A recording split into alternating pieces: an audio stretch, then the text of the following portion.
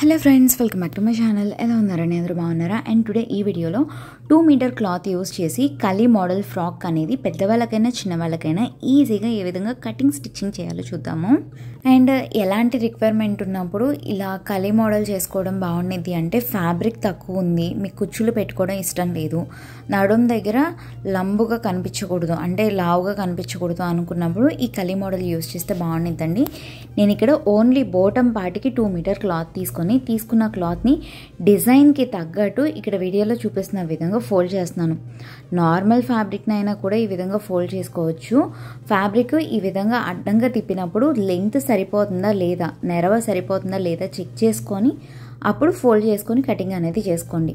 So ఈ విధంగా క్లాత్ని ఇక్కడ వీడియోలో చూపిస్తున్న విధంగా ఫోల్డ్ చేసుకోవాలన్నమాట. 2 మీటర్ క్లాత్ని చిన్నపిల్లలకి అయితే కనుక 1.5 మీటర్ నుంచి 2 మీటర్ క్లాత్ వరకు యూజ్ చేయొచ్చు. ఈ విధంగా ఫోల్డ్ చేసిన క్లాత్ ఒకవైపు ఏమో ఫుల్గా ఓపెన్ ఉండింది, ఇంకొక వైపు ఏమో మడతలుగా ఉండింది. ఇప్పుడు ఈ విధంగా ఫోల్డ్ చేసిన తర్వాత మీకు బోటం పార్ట్ ఫుల్ లెంత్ ఎంతైతే కావాలో దానికన్నా ఒక 1 ఇంచ్ ఎక్స్ట్రా పెట్టుకొని బోటం లెంత్ అనేది మార్చేసుకోవాలన్నమాట. ఇక్కడ వీడియోలో చూపిస్తున్న విధంగా 1 ఇంచ్ ఎక్స్ట్రా, ఎందుకంటే చివర్లో ఫోల్డింగ్ చేసి స్టిచ్ చేయడానికి అండ్ డ్రెస్ని బాడీ పార్ట్కి అటాచ్ చేసినప్పుడు ఖర్చుల కోసం అనమాట. బాడీ లెంత్ అనేది మార్చేసి ఎక్స్ట్రా ఉన్న లెంత్ని కట్ చేశాను. అండ్ అలాగే నాకు చివర్లో ఫ్యాబ్రిక్ కూడా ఎక్కువ తక్కువలు ఉంది కాబట్టి లెంత్ని ఈ విధంగా చెక్ చేసుకొని పైన వైపున ఎక్కువ తక్కువలు ఉన్నదని ఇలా సరి చేసుకుంటున్నాను.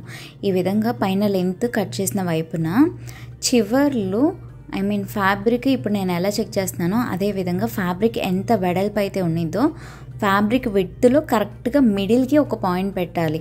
అండ్ కింద వైపున అంటే ఇక్కడ అనమాట ఇంకొక చివర్లో ఫ్యాబ్రిక్కి ఎడ్జుల దగ్గర 2 పాయింట్లు పెట్టుకున్నాను. అండ్ అలాగే పైన వైపున కరెక్ట్గా ఆ మిడిల్ పాయింట్ దగ్గర నుంచి నడుం మెజర్మెంట్ అనేది మార్చేసాను. నడుం మెజర్మెంట్ ఎలా మార్చేసుకోవాలి అనేది మీకు దగ్గర నుంచి ఒకసారి డీటెయిల్గా క్లియర్గా మళ్ళీ ఇంకొకసారి చూపిస్తాను.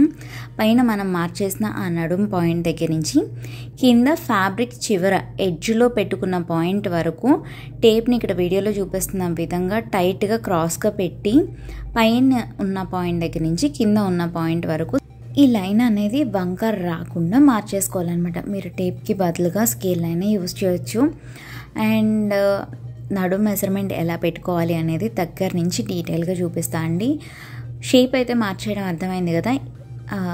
కలీ షేప్ అనేది కలీ మోడల్ లేయర్స్ షేప్ అనేది ఈ విధంగా మార్చేసాం. ఇప్పుడు నడుం మెజర్మెంట్ ఎలా మార్చేయాలో చూద్దాం. పైన లెంత్ చెక్ చేసుకొని లెంత్ కట్ చేసిన వైపున ఫ్యాబ్రిక్ ఫోల్డింగ్ ఉన్నప్పుడు ఎంత వెడల్పు అయితే ఉన్నదో విడ్త్ అనమాట, వెడల్పు ఎంత అయితే ఉన్నదో ఈ ఫ్యాబ్రిక్ ఉన్న వెడల్పులో కరెక్ట్గా మిడిల్కి ఒక పాయింట్ అనేది పెట్టుకోవాలి. కరెక్ట్గా మిడిల్ తెలియడం కోసం మిడిల్ పాయింట్ అనేది ఒకటి మార్చేసుకున్నాం. ఇప్పుడు బాడీ మెజర్మెంట్ చెక్ చేసుకోవడానికి అంటే నడుం మెజర్మెంట్ ఎంత మార్చేయాలో చెక్ చేయడానికి డ్రెస్కి already front part back side part ఫుల్గా స్టిచ్చింగ్ కంప్లీట్ అయ్యి బాడీ ఫిట్టింగ్ కూడా పెట్టడం కంప్లీట్ అయిన తర్వాత ఫ్రంట్ పార్ట్కి బ్యాక్ సైడ్ పార్ట్కి నడుము విడ్త్ ఎంత ఉందో చెక్ చేసుకోవాలి.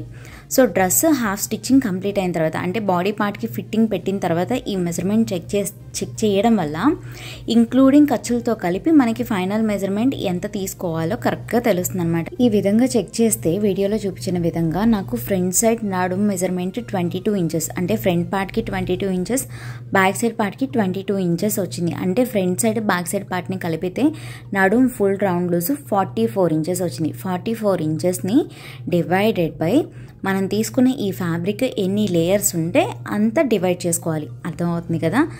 నడుము ఫుల్ రౌండ్ లూజ్ ఇంక్లూడింగ్ ఖర్చులతో కలిపి ఎంతైతే ఉందో నడుము round loose divided by fabric ఎన్ని లేయర్స్ ఉందో అంత మెజర్మెంట్ దగ్గరికి డివైడ్ చేసుకోవాలి. ఈ విధంగా డివైడ్ చేస్తే నాకు 5.5 ఇంచ్ నడుము మెజర్మెంట్ మార్చేసుకోవాలి అని వచ్చింది.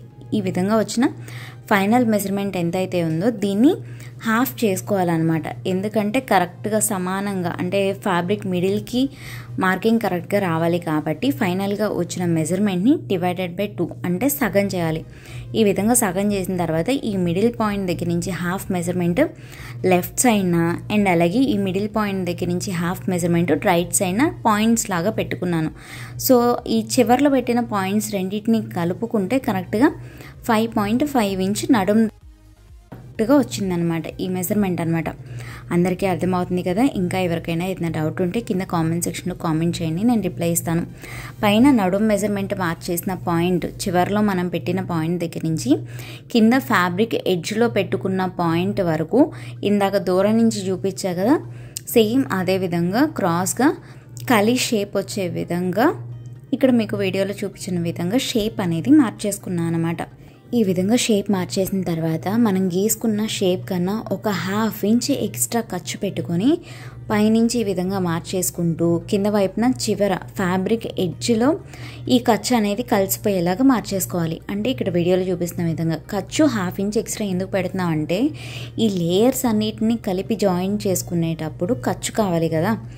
సో ఖర్చు లేకపోతే మెజర్మెంట్ అనేది మారిపోతుంది అనమాట. సో పర్ఫెక్ట్ మెజర్మెంట్తో మార్చేసుకున్న తర్వాత ఎక్స్ట్రా మార్జిన్ ఖర్చులు అనేది ఈ విధంగా మార్చేసుకోవాలి. సో ఈ విధంగా సగం దూరం వరకు 1/2 ఇంచ్ ఖర్చు పెట్టి సగం దూరం వచ్చిన తర్వాత ఆ 1/2 ఇంచ్ ఖర్చు పాయింట్ దగ్గర నుంచి ఫ్యాబ్రిక్ ఎడ్జ్లో ఉన్న కరెక్ట్ మెజర్మెంట్లోకి ఇక్కడ వీడియోలో చూపించిన విధంగా కలిపేసుకోవాలన్నమాట. ఒక సైడ్ ఎలా అయితే ఎక్స్ట్రా మార్జిన్ పెట్టుకున్నామో ఇంకొక వైపును కూడా ఎక్స్ట్రా మార్జిన్ ఖర్చులు అనేది పెట్టుకోవాలన్నమాట.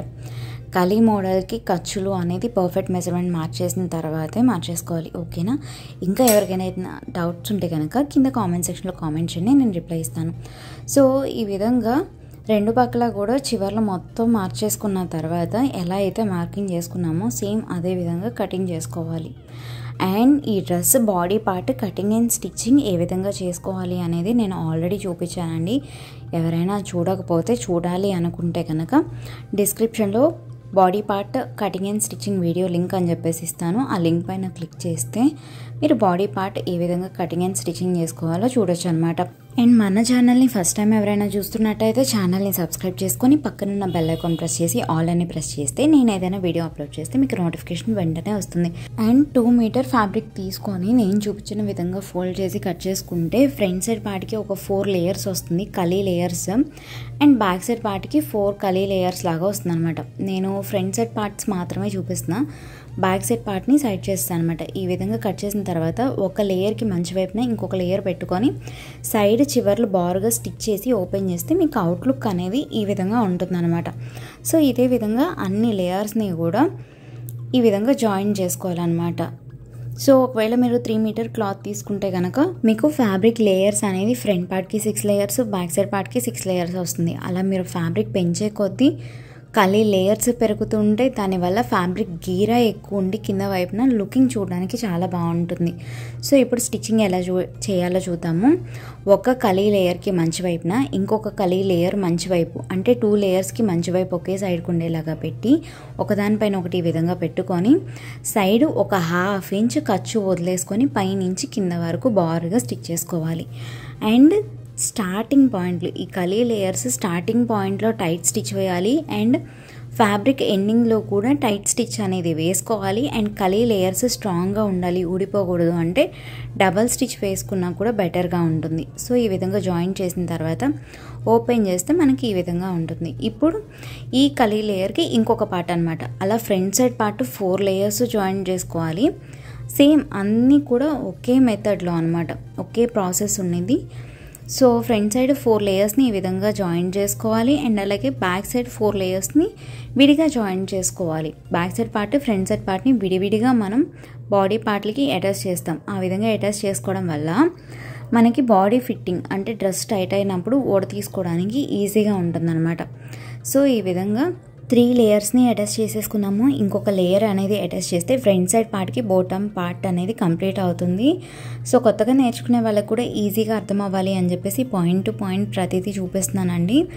అండ్ ఈ విధంగా కలీ లేయర్ స్టిచ్ చేసుకున్నప్పుడు చివర ఎడ్జెస్ అనేది కంపల్సరీ మీరు ఓవర్లాక్ చేసుకోండి. ఓవర్లాక్ మిషన్ లేకపోతే లోపలికి చిన్న ఫోల్డ్ వేసుకొని ఖర్చు అనేది 1 ఇంచ్ పెట్టుకొని చివర ఎడ్జెస్ని లోపలికి చిన్నగా సన్న ఫోల్డ్ అనేది వేసుకొని స్టిచ్ చేసుకోండి.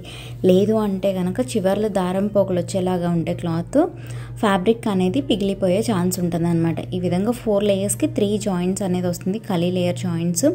అండ్ ఈ చివర్లో మొత్తాన్ని కూడా నేను ఫ్రంట్ పార్ట్కి బ్యాక్ పార్ట్కి కలీ లేయర్స్ జాయింట్ వచ్చిన దగ్గర ఆల్రెడీ ఓవర్లాక్ చేసుకున్నాను. ఇప్పుడు బాడీ పార్ట్కి బాటమ్ని ఎలా అటాచ్ చేయాలో చూద్దాం.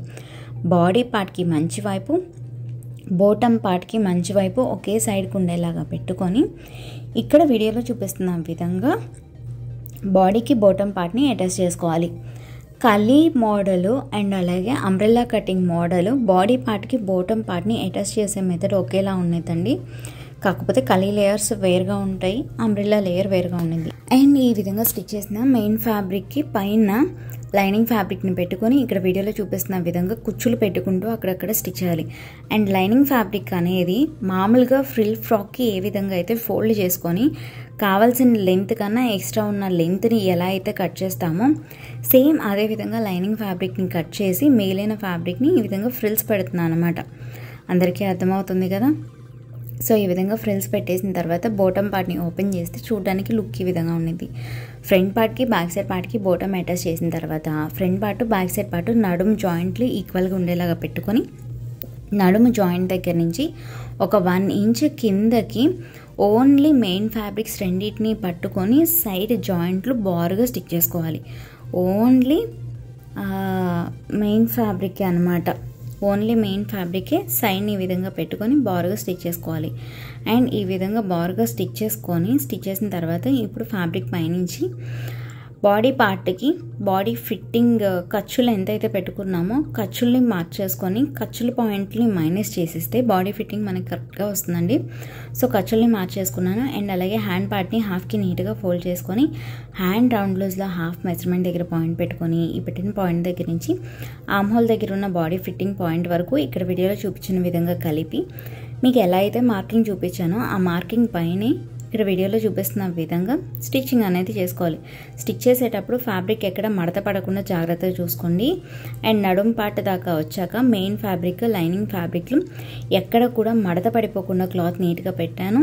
అండ్ ఈ విధంగా పెట్టుకొని పైన నడుం పాయింట్ దగ్గర నుంచి 6 ఇంచెస్ వరకు మెయిన్ ఫ్యాబ్రిక్ లైనింగ్ ఫ్యాబ్రిక్ కలిపి స్టిచ్ చేసా. 6 ఇంచెస్ తర్వాత నుంచి మెయిన్ ఫ్యాబ్రిక్ని పక్కకి పెట్టి ఓన్లీ లైనింగ్ ఫ్యాబ్రిక్ పైనే చివరి దాకా స్టిచ్ చేసుకోవాలన్నమాట. అండ్ చివర ఎడ్జెస్ని లైనింగ్ ఫ్యాబ్రిక్ ఏమో ఫోల్డ్ చేసి స్టిచ్ చేసుకోవాలి. మెయిన్ ఫ్యాబ్రిక్ ఏమో ఎడ్జెస్ జిగ్జాగ్ చేసుకుంటే సరిపోతుందండి. ఫ్రాక్ ఫైనల్ లుక్ అయితే కనుక ఈ విధంగా ఉంటుంది. ఇక్కడ వీడియోలో చూపిస్తున్న విధంగా మీకు ఈ వీడియో నచ్చితే లైక్ చేయండి. ఎవరికైనా యూజ్ అవుతుంది అంటే షేర్ చేయండి. Thanks for watching this video.